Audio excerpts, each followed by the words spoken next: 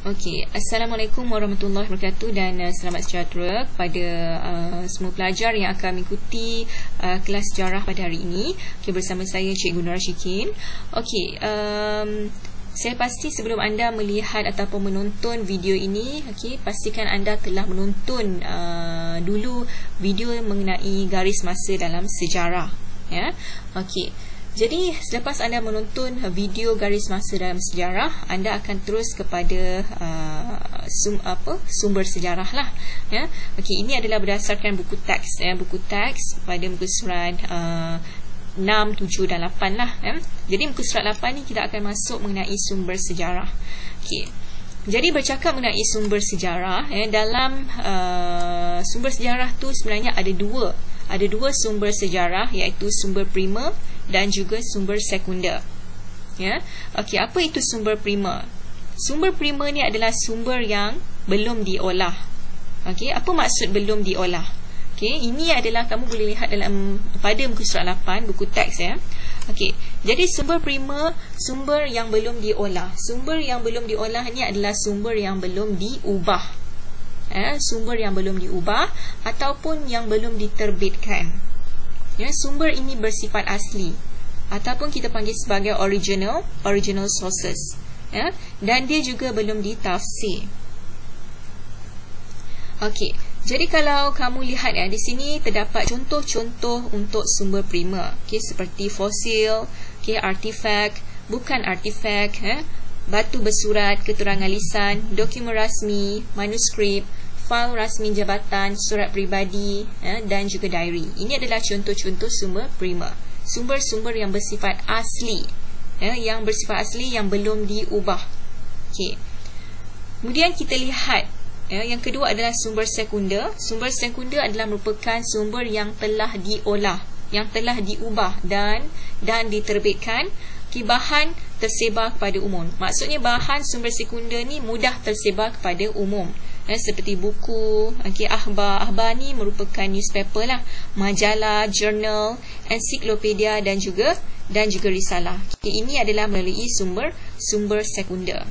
Okey, kita lihat satu persatu dulu sumber primer. Okey, sumber primer iaitu sumber yang belum diubah, sumber yang belum diolah. Okey, kita lihat contoh dalam slide yang saya telah buatkan untuk anda. Okey, pertama sekali tadi dia beri contoh fosil. Apa itu fosil? Okey, kalau kita lihat kat sini, okay, fosil ni merupakan rangka-rangka, okay, rangka-rangka kehidupan pada zaman dahulu. Ya, terdiri daripada rangka manusia, kemudian rangka binatang, ya, dan juga rangka tumbuhan.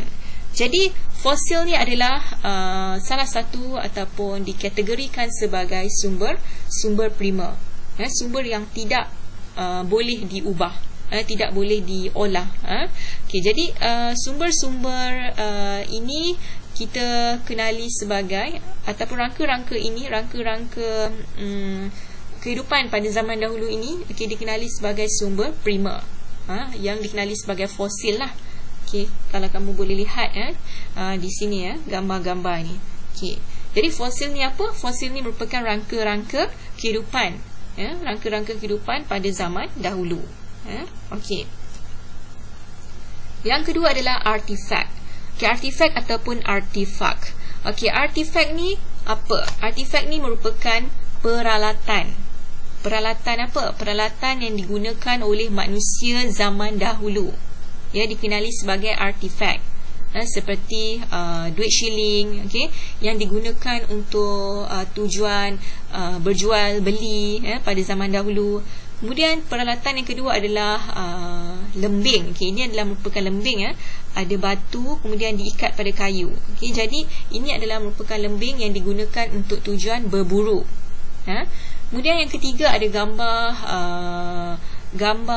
jug, gambar jar.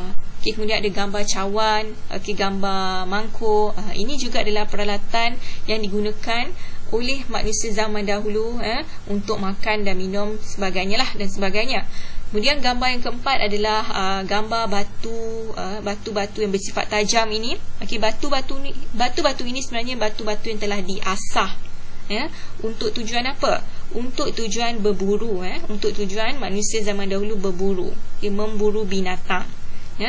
Jadi artifak ini adalah peralatan yang digunakan oleh manusia zaman dahulu. Okey, kita lihat yang ketiga. Yang ketiga ni merupakan batu bersurat. Okey, batu bersurat juga termasuk dalam sumber primer. Sumber primer iaitu sumber yang belum diolah, sumber yang bersifat asli. Okey, batu bersurat ni adalah merupakan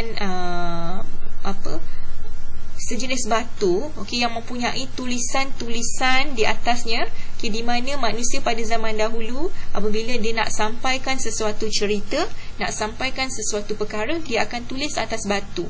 Ini adalah salah satu cara manusia pada zaman dahulu berkomunikasi, ataupun untuk mereka menyampaikan maklumat.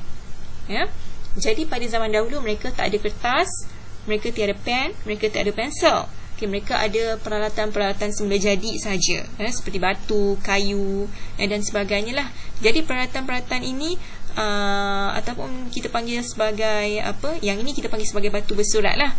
Batu bersurat ini digunakan oleh manusia zaman dahulu untuk menyampaikan maklumat. Ini juga adalah dikategorikan sebagai sumber primer, sumber yang asli, original sources. Okey.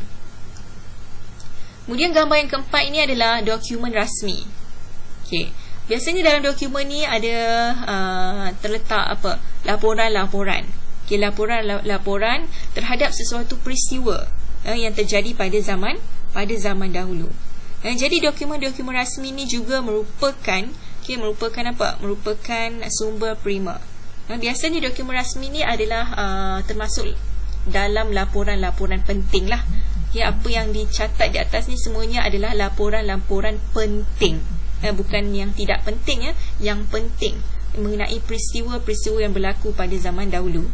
Seperti kalau kamu dapat lihat di sini, ditulis Report of the Federations of Malaya Constitutional Commission 1957. Jadi ini merupakan laporan mengenai Federations of Malaysia, of Malaya lah. Okey. Kemudian kita lihat, ini adalah manuskrip. Manuskrip ni juga terdiri daripada ataupun dikategorikan dalam sumber primer. Manuskrip ni apa? Manuskrip ni merupakan seperti catatan. Catatan yang tentang peristiwa-peristiwa yang terjadi pada zaman dahulu. Dia merupakan catatan-catatan yang bersifat tentang sesuatu, bukan tentang satu perkara saja, tetapi tentang suatu perjalanan sesuatu cerita, daripada A sampai Z. Biasanya manuskrip ni dia tebal, dia bersifat tebal.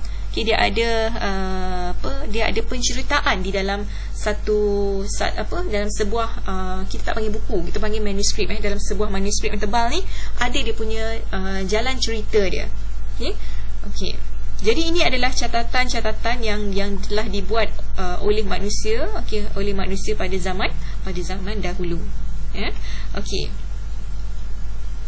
Kemudian contoh seterusnya kita lihat. Okey, sebelum tu manuskrip ni juga adalah dikategorikan sebagai sumber primer. Sumber primer adalah sumber yang asli, yang asal ataupun yang original. Okey. Seterusnya kita lihat. Okey, ini adalah jurnal. Kita lihat contoh ni, ini adalah jurnal. Jurnal ini adalah sumber primer atau sumber sekunder.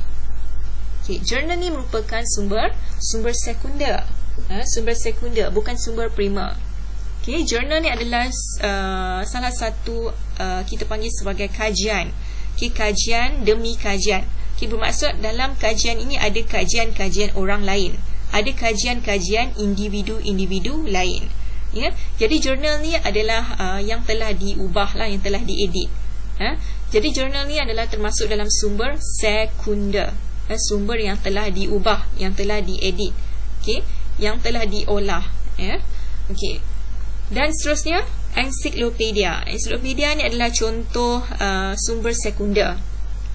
Okey, ensiklopedia ni apa? Ensiklopedia ni adalah terdiri daripada fakta-fakta ataupun perkara-perkara penting, cerita-cerita benar, cerita-cerita tentang daripada para pengkaji biasanya, dan dihimpunkan dalam beberapa siri lah. Okay, ada siri pertama, okay, ada siri kedua, okay, first story, second story, third story sampai akhir lah. Okay, seperti mana yang kamu dapat lihat dalam contoh ni. Jadi ini juga adalah sumber yang telah diedit, yang boleh diubah, yang boleh diubah dan boleh disebarkan kepada masyarakat umum, kepada masyarakat kebiasaannya kepada masyarakat lah.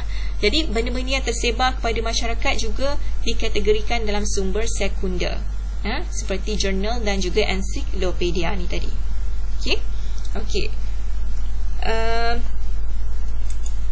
Kemudian kita lihat lagi. Jadi untuk sumber sekunder ni saya beri awak dua contoh je lah, jurnal dan ensiklopedia. Contoh gambaran dia. Yang lain mungkin awak boleh cari sendirilah kalau awak tak faham. Saya rasa awak faham kot. Mungkin melalui ini tadi. Sekejap saya besarkan. Mungkin melalui ini tadi awak dapat faham lah. Daripada sumber primer dan juga sumber sekunder. Sumber sekunder lain saya rasa awak faham, seperti buku, akhbar, majalah ni. Awak tahulah.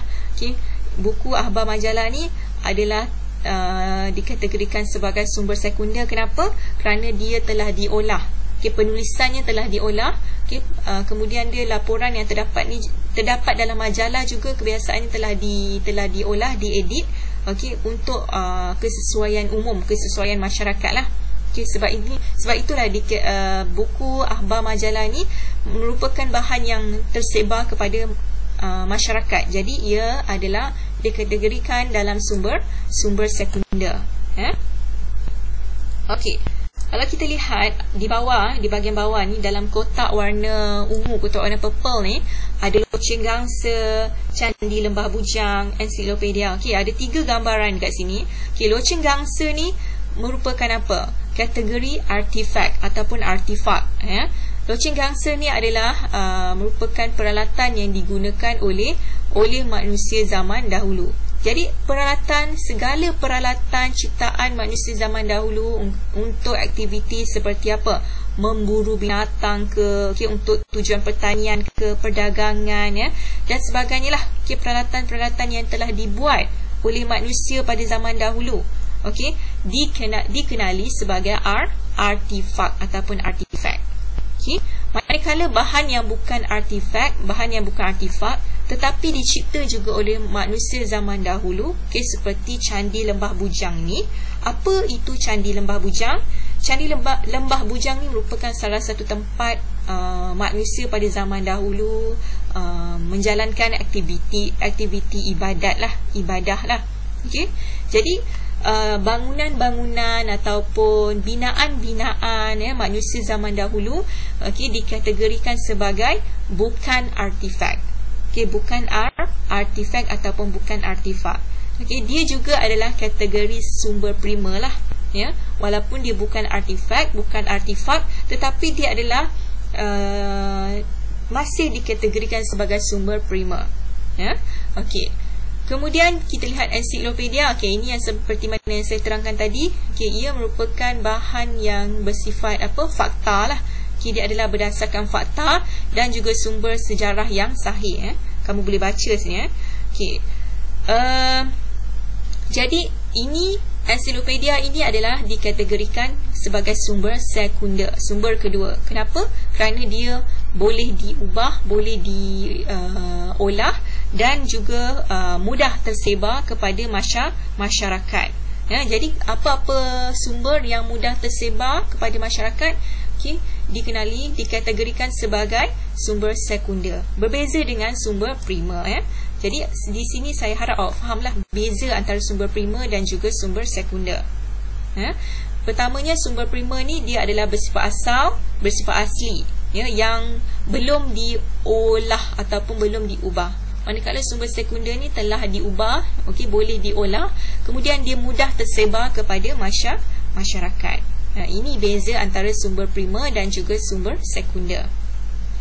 Jadi saya harap melalui sumber sejarah ni anda faham, anda boleh buat latihan yang saya berikan nanti.